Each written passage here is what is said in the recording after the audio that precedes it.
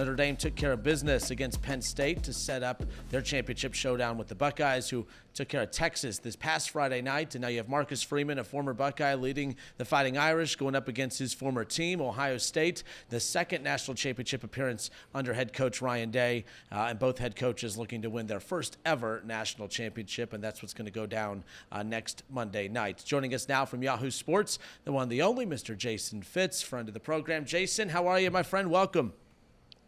I'm good, brother. How are you? This is exciting time for Ohio State, for Notre Dame. Both. I just love the fact that we got a Final Four that was different than the four would have been if we had only had a 14 playoff. It was different than the PCS. We get a championship game that we saw one team with the most inexcusable loss in all of college football. We see another team with a loss to their rival that will never make sense, and it didn't eliminate any of them from national championship consideration. This is a huge win for college football because I think we got it right. The best two teams right now are playing for the national championship. Yeah, when we talk about coaching, so many people make it about the X's and O's, and I think a lot of these coaches, we know they can coach. They know way more football than I'll ever pretend to know. But when I talk about the coaching job that Ryan Day has done and Marcus Freeman have done, you go back to that Northern Illinois loss, how Marcus Freeman looked at that locker room and got them to buy back in to still have that confidence and belief that they can make a run to this national championship game, I think is beyond impressive. Same thing with Ryan Day.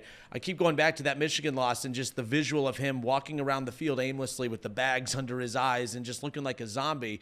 I don't get how that guy found it within him and his coaching staff to go back into that locker room, look every one of those players in the eye and say, all right, let's go win a national championship. I think the coaching job that they have done from that perspective of both these coaches being leaders in that locker room and getting those guys to still buy in and believe and follow them, I think that's what's been most impressive. That's what I'm most impressed with both of these coaches as they lead their teams into the showdown next Monday night.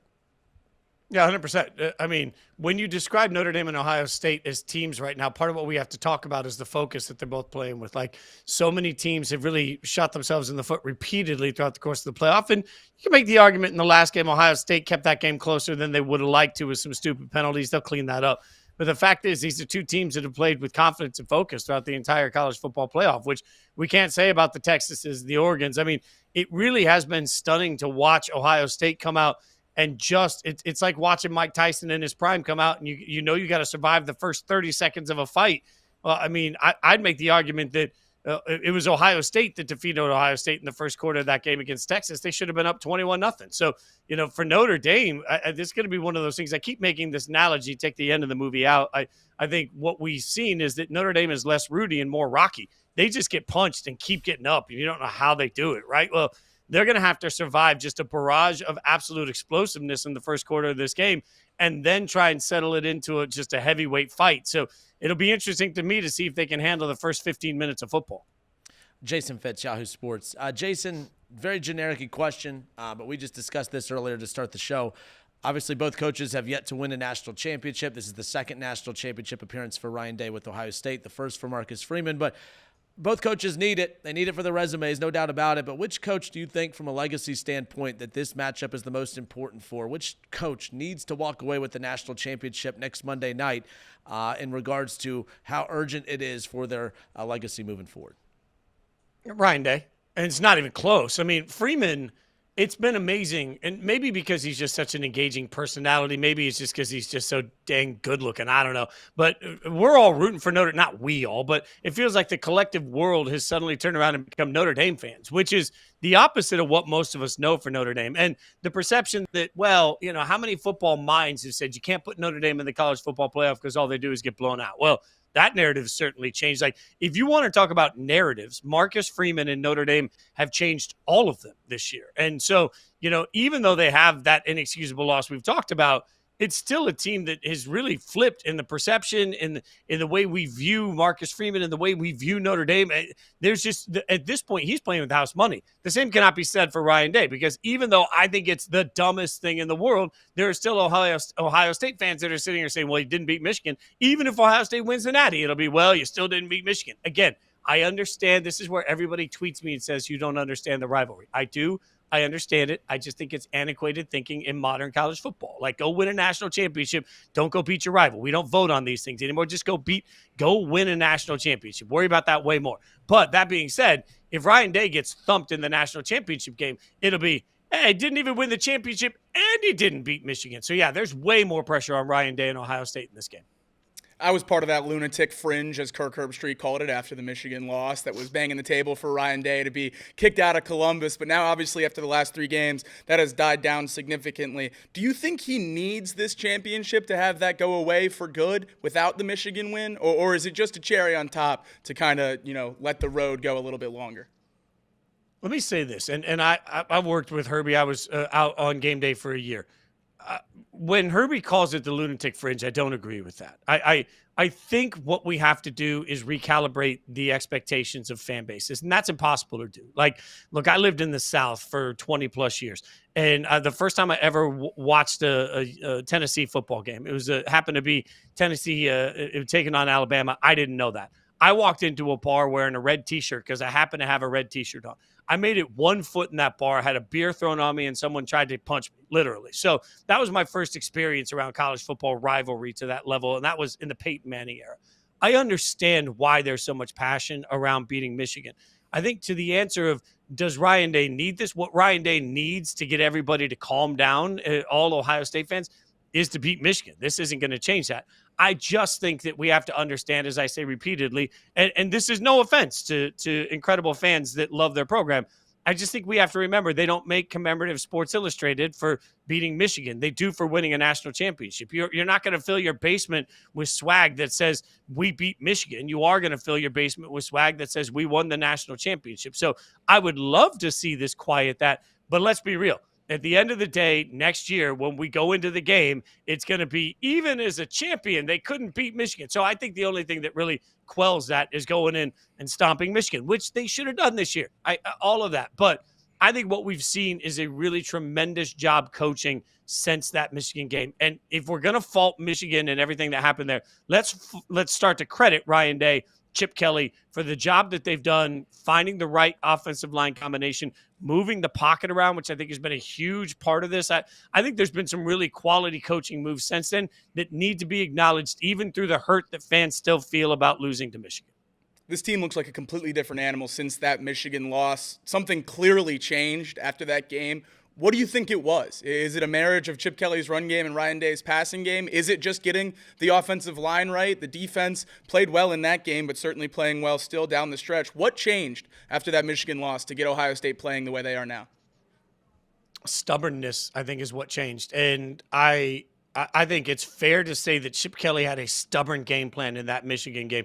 When you have the weapons that Ohio State has, it is inexcusable to go in and not utilize those weapons to their fullest every single game. And they didn't against Michigan. It was like they were so principled that we are going to be physical and out physical Michigan that they ignored what they're really great at. And what we've seen since then is, to your point, it's a bit of a marriage there. It's a bit of the offensive line. It's a lot of rolling pocket. So watch a couple of things that we've seen over the course of the playoff. Will Howard is either rolling out, which buys him more time behind that offensive line, or they're doing what they call a half roll, which is essentially they're moving the entire offensive line a certain number of steps to the right, and then they're planting so that he can throw. It's buying more time for the passing game. It's buying more time for your weapons to get open. By buying more time, now all of a sudden you're able to better utilize those weapons. Now that they're better utilizing those weapons, what are you going to do? Are you suddenly going to just weaken the box and let 2 great running backs go at you? You're going to try and figure out a way to slow those guys down. So I think, frankly, it's been the willing to be more pliable as a game caller that's been really beneficial. And they're going to need that against Notre Dame, because I'd argue the back end of Notre Dame's defense is probably the best in the country. They can cover. So while I still think Ohio State can score on anybody, I think this is where you need to have that fine balance between explosiveness and physicality to win the football game. You just said it there, Notre Dame's defense, one of the best in the country, but I share that same kind of optimism that Ohio State can score against anybody. Where a lot of my confidence comes from for this game on Monday is I don't know how Notre Dame's going to be able to move the ball against this Ohio State defense. Is that an area of concern for you as well? Yeah, look, you win and lose games in the college football playoff typically if you can run and if you can stop the run. So my 2 biggest concerns for Notre Dame, number 1, their defensive line depth has been tested with injuries. I don't know how they're going to have the rotation they need to be able to stop Ohio State. I think in the second half, Ohio State's gouging for big runs in this because they're going to wear down. The other part of it, to your point, is that nothing they do on offense for Notre Dame looks easy. Riley Leonard has done a really nice job of figuring out a way to get 5 or 6 yards every single time. And That's fine. But look at what Notre Dame's offense is built around. The one thing they can't do is get behind schedule. They can't face second and long, third and longer. Those are two things that they're not built to win through. Even their weapons, I think, are meh, if we're being honest. So the thing here is that you've got an Ohio State defensive line that has been absolutely we talk about the sacks a lot. Let's talk more about the moving of the line of scrimmage. The minute the ball is snapped, the line of scrimmage moves to the favor of Ohio State. That speaks to the fact that they're pushing the offensive line. I don't know how Notre Dame stays on schedule there. Riley Leonard's going to have to use his legs a lot. And I'm talking about 15 to 20 carries for Riley Leonard. And he's going to have to find a way to turn all of those carries into 5 or 6 yards. And they're going to have to really control time of possession. Again, they do these things, yes. But I think if we were just taking the benefit of the doubt, everything has to go perfectly for Notre Dame to win this football game. Ohio State's built to be able to survive a couple of issues throughout the course of this and win this football game still. 13 catches for 290 yards and 4 touchdowns through the first 2 playoff games for Jeremiah Smith. And then against Texas in the semifinal, just 1 catch for 3 yards. If you asked a lot of people going into that game what the key to eliminating Ohio State would have been, I think most would have said erasing Jeremiah Smith. But even with him having just the 1 catch for 3 yards, Ohio State able to win that game by 2 scores. Who do you think is going to be the key offensively for Ohio State in this game against Notre Dame? Is it a bounce-back game for Jeremiah Smith or more from the running backs and the other receivers? So let me get a little in the middle on this. Jeremiah was still the key last week. I don't care about the 1 catch. The part of this we got to understand is that Ohio State's second and third wide receivers would be number 1s anywhere else in the country. Texas put so much allocated to making sure that they had spies on everything that Jeremiah was doing. So what did Will Howard do in that game that was particularly impressive? Will Howard did the one thing you have to do at quarterback when that's the game plan. He was patient. So, look, if they're going to sit there and let other NFL caliber wide receivers, Jeremiah would be the first overall pick in the draft this year. Let's not get it twisted. But the rest of that room, those are all guys that are going to play on Sundays. So now you still got a guy that's going to play on Sunday that's open 12 yards downfield. I'll take that all day. All day, every day. So the key to this game plan is patience, I think, and the key to this game plan player-wise is still going to be Jeremiah, because if they don't account for Jeremiah on every play, they will give up massive plays. The problem is if you give your entire defense the help it needs, if you shift your coverage over to block to shut down Jeremiah, you're essentially leaving another third of the field open and exposed. And then the other part of it is now all of a sudden you're light in the box. And if you're light in the box, man, Texas could afford to try to be light in the box. They got big boys on the defensive line. Again, that Notre Dame defensive depth, I think they're going to have to account for Jeremiah, which is going to leave them light in the box, which is why the both Ohio State running backs are going to feast in this. Look, guys, I want this to be a great game. I truly do. And I think, an epic college football championship game would be amazing. It's just when I stack the Legos, I can't build that castle. I think Ohio State is just too explosive. I haven't been the biggest Will Howard guy all season. I haven't been anti-Will Howard. I just don't look at him and say, oh, man, it's a C.J. Stroud, Dwayne Haskins, Justin Fields type. But I think what he's been through the playoffs has just been remarkable. I mean, throwing for over 300 yards a game, multiple touchdowns a game. Just what's from your chair, like how are you viewing the job that Will Howard has done? Because for Jeremiah Smith to be Jeremiah Smith, he has to have someone that's getting him the football, and he's not just wide open every time. He's catching these in a lot of tight windows and perfectly thrown, passes. Just what's your perception of Will Howard and how he's orchestrated this offense, especially following that Michigan loss and throughout this playoff run? I think he's been decisive. I said patient earlier. The other part of it is pre-snap Will Howard right now is doing a really good job. And, so often we get used to being obsessed with quarterbacks like Caleb Williams was last year. Like we've seen, guys like Shedeur and Cam that are getting all this draft love. They're guys that can turn around and just make plays off schedule. I think where Will Howard has been at his best through the course of the college football playoff is pre-snap. He's doing a really good job of understanding what he's about to face defensively and what he needs to accomplish with the ball and do it fairly quickly. Again, while we talk about patience, part of that is understanding the reads and understanding where the defense is. These everybody so far in the playoffs has played so far back with the concept of I'm going to keep it in front of me and then I'm going to be able to shut it down in the red zone, hold him to field goals. That's a way to win the game. That's fine until it isn't. You know what I mean? So, there's a part for me where Will Howard pre-snap has had such a good understanding of where the defense is going to be. That's part of what's allowed him to be patient. So I think the best part, look, Will Howard's still not the guy. I don't want to roll the football out and get into an off-schedule shootout where I'm running out and I got a quarterback running for my life and I'm asking Will Howard to win me the football game. That's not the path here. I don't think that has to be the path for this game. The biggest thing for Notre Dame is can they, and they do this well, Can they disguise what they're doing at the line of scrimmage? They do a really nice job of playing what looks like press coverage, and then they're not in press coverage, right? So if they can confuse Will Howard, that's their best shot to get Will to make a couple of mistakes, which they'll need. They have to win the turnover. In my mind, for Notre Dame to win this football game, they got to win the turnover battle by 2.